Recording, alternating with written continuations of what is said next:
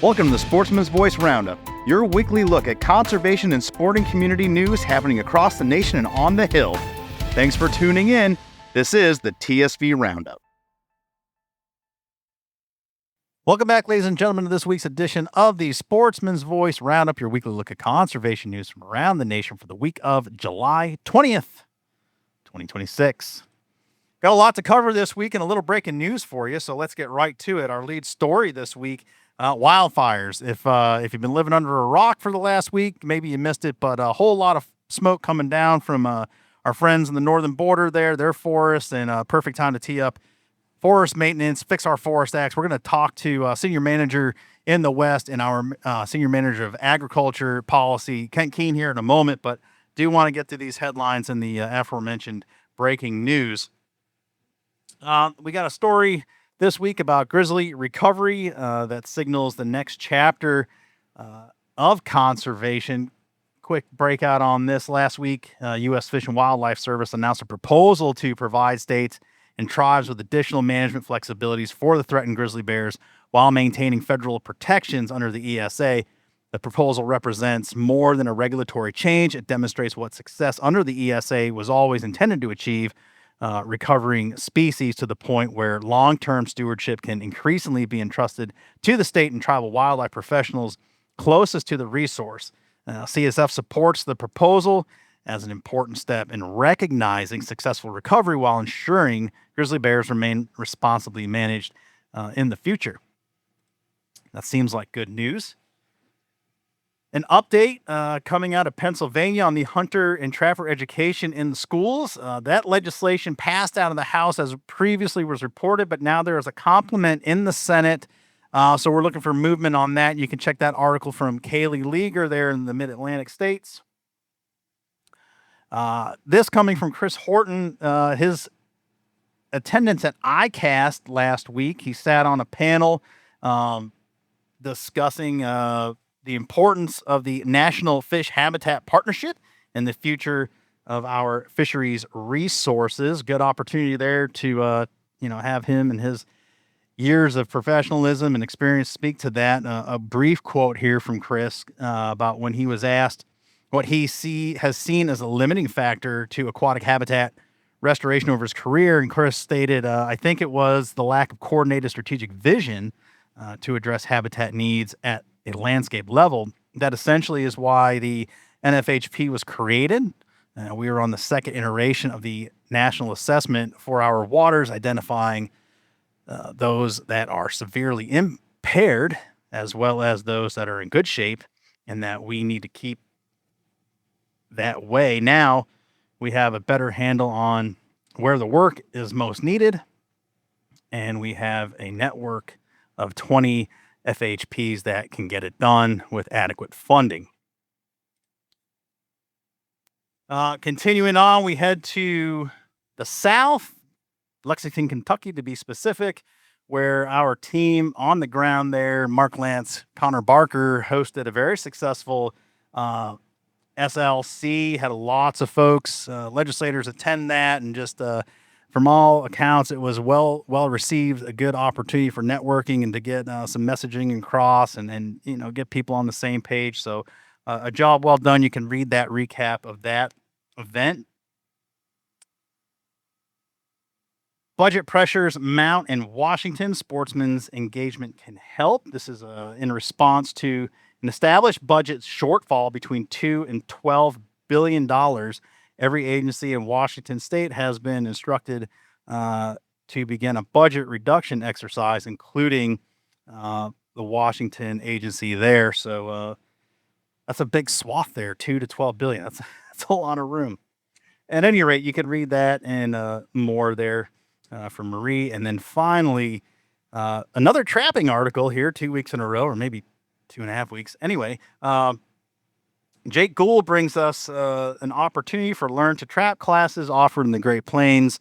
If you're in those states, he's reporting on. Let's get those states teed up here for you. North Dakota is offering those, and if you live in that state, some good opportunities here. Recommend you get into it, and then check out the article a couple weeks ago about trapping maintenance and what you can be doing over the summer. It's a great time to get into that. All right, real quick, I talked about breaking news, and I want to get to that right now. This is happened last Friday.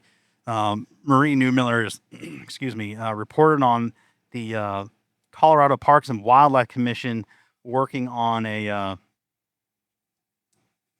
proposed ban on fur, retail sales of fur. So that started in March. The commission voted 6-5 to terminate rulemaking around a citizen petition requesting a ban on the sale of furs, with exceptions. This happened on Friday, so Marie will be having a forthcoming article on this, but wanted to get out to you folks and understand what is going on, how that went. So essentially, this is dead in the water. They're not going to explore this. CSF was very vocal about our support of trapping as a wildlife management tool, along with our opposition to the petition. Its attempts to ban retail fur sales, utilizing both verbal and written testimony opportunities, along with in-state outreach. We applaud our coalition partners and the sportsman's community for their passionate efforts to protect sportsmen's heritage.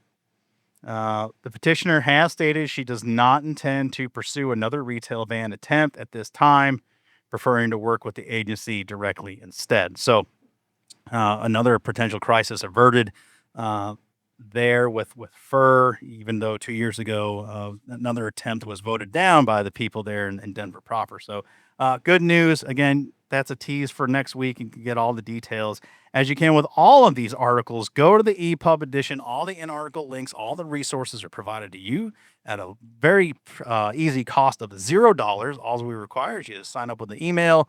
We do not spam you, so you can trust us. You don't have to provide us that AOL.com email. You can give us your real one. We'll get it to you, and you have all those resources at your fingertips and more information that you can probably handle. Housekeeping real quick before we get to Kent Keene finally after all this information. NASC registration is open now. So if you're a legislator who is tuned in, as you do most weeks, you want to get to Oklahoma City December 1st to the 3rd with us. Join us. It's going to be one heck of a time. Save some bucks. Be financially, fiscally responsible to yourself or your agency or your organizations. Get on there. Get that early bird registration now. And you can see that registration and everything else at congressionalsportsman.org, congressionalsportsman.org for all that information. Whew, now, let us turn. Ironic that I took a deep breath because the air quality has sucked around most of the United States. Return to Kent Keene. We're talking fires. Kent, welcome back to the show. A burning topic, if you will. And what do we got going on? There's a good plug here for Fix Our Forest and a brief history, but really in the forefront of the news over the last week, Canadian fires in the West. It's perennial. It happens, and it seems to get worse and worse. Yeah, thanks, Fred. Really just trying to take advantage of the terrible situation we see in parts of the Western United States, our friends up north in Canada, and the result it's having on air quality across much of the plains, the Great Lakes region, into the Northeast. I'm fortunately for me based in Northwest Arkansas, and so I just saw it through pictures and through talking to folks like you and our colleagues based in DC. But that really served as the inspiration for this article, talking with Alex Dove on our federal policy team, and really just trying to drive home the point that these fires, these wildfires out west and in Canada are a terrible occurrence and they are natural disasters, sure, but there's things that we can be doing to at least mitigate some of the impact. And so that's why CSF and so many of our partners have been such strong advocates for the Fix Our Forest Act. Bipartisan bill introduced in both chambers, actually passed the House just a few months ago, but has since kind of stalled. And what that bill does, and I'm sure John Colclaser's spoken to this in the past, but it really just tries to clear the way for more proactive forest management with a goal, at least in part, of mitigating some of the larger effects of these wildfires. And it does that through a few different avenues. First, trying to promote the use of prescribed fire where we can. We say it all the time: good fires prevent bad ones.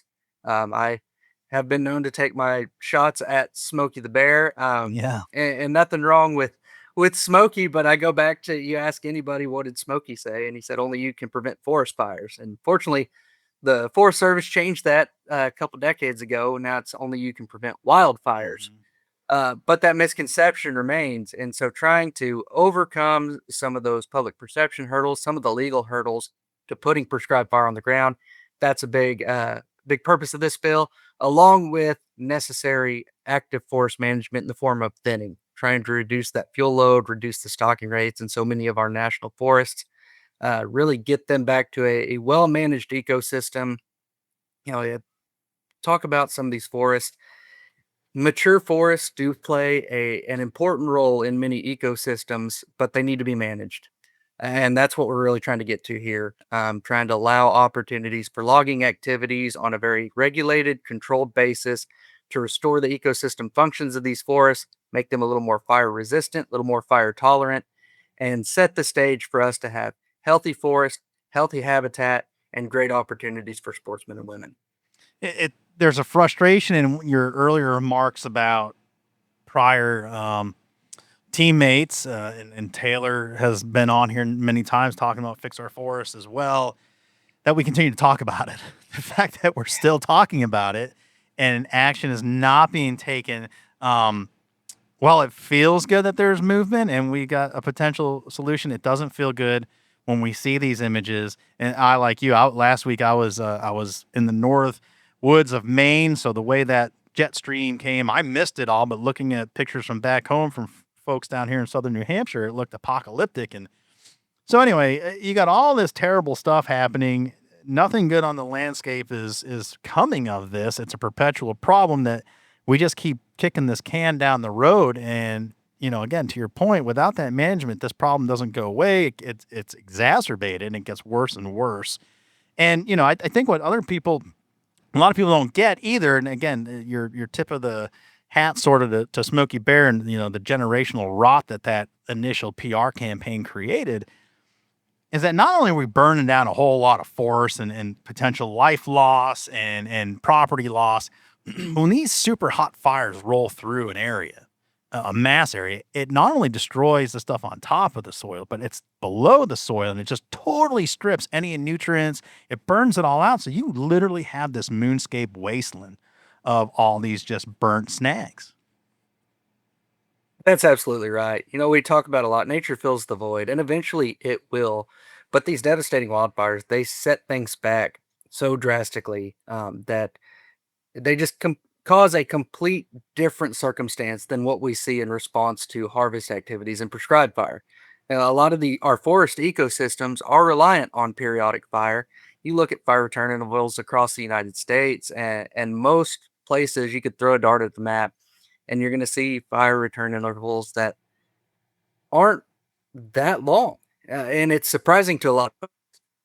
We've just had such a long in the focus to combating forest fires, to combating wildfires, I should say, that we've got away from trying to recreate the situations that led to the ecosystems that we refer to as the golden age of habitat quality in many areas, of wildlife abundance. And so, really, just trying to advance legislation like the Fix Our Forest Act that would give us the tools, give us the opportunity to implement the actions needed to recreate those habitat conditions, those forest stand conditions, and keep that management going. It's not a one and done deal. Nobody's trying to propose we go in and clear cut all the national forest. This is going to be on a rotation. It's going to be done very methodically. We hear concerns about clear cutting, and I understand where those folks are coming from. You Mhm. drive through a clear cut that first time, and it looks pretty Shocking. drastic. It's Yeah. a major change, but I always tell people go back in 3 months, go back in six Mhm. months, and look at what's happening. And those are conditions that you can only create through these kind of actions. Wildfires, letting nature just run its course is not going to create those circumstances. Yeah. It's another piece of education that unfortunately people just aren't taught. So to your point, people look at that and they're shocked, but come back in 3 months and this early successional growth has started to take hold, and the amount of game and non-game species that are positively affected by that new growth and make forage available both in hard and soft mass species, cover for, upland game birds and even ungulates that are fawning and calving, things like that. It is such a necessary part of that ecosystem that it's hard to get over when you see it. It's easier to look at an old growth stand and say, wow, that's a majestic forest, but clearly does not offer the same thing as a very crowded, green, lush, early successional stand. Absolutely. And we'd be remiss not to talk about the threats to humans. We mentioned it in terms of air quality, but the impacts that these large scale fires can have on the communities that are especially fire prone, looking Mhm. at the mountains in the West, our friends in California, the risks that are brave. I can't imagine doing this, and I tip my cap every time I think about them. But the wildland firefighters Mhm. who are willing to give their lives, and this year several of them have Mhm. unfortunately given their lives trying to combat these impacts. And so, again, hats off to the members of Congress who are doing their best to include the Fix Our Forest Act in the defense authorization bill. We hope that we can see this one cross the finish line and take those steps needed to try and mitigate some of these impacts and limit the devastation. No doubt. Kent, we'll leave it there. I hope the next time we talk about this, the can has been thoroughly crushed underfoot, and that's because we're not kicking it anymore, and we do have something actionable, and we'll look forward to your reporting on that. Sounds great. Thanks, Fred. Thanks, Kent. All right, stand by. Make sure your stuff uploads. Thanks for joining us on this edition of the Sportsman's Voice podcast. Ladies and gentlemen, your support is crucial, and you can help us out right now by leaving a review, filling in those 5 stars where available, sharing this episode with friends and family, and engaging with us socially. CSF can be found on Facebook, Instagram, and X, formerly known as Twitter. Together, we can protect the outdoor sports we love and continue to keep you informed wherever you are. That's it for this week. Until next time, we'll see you later.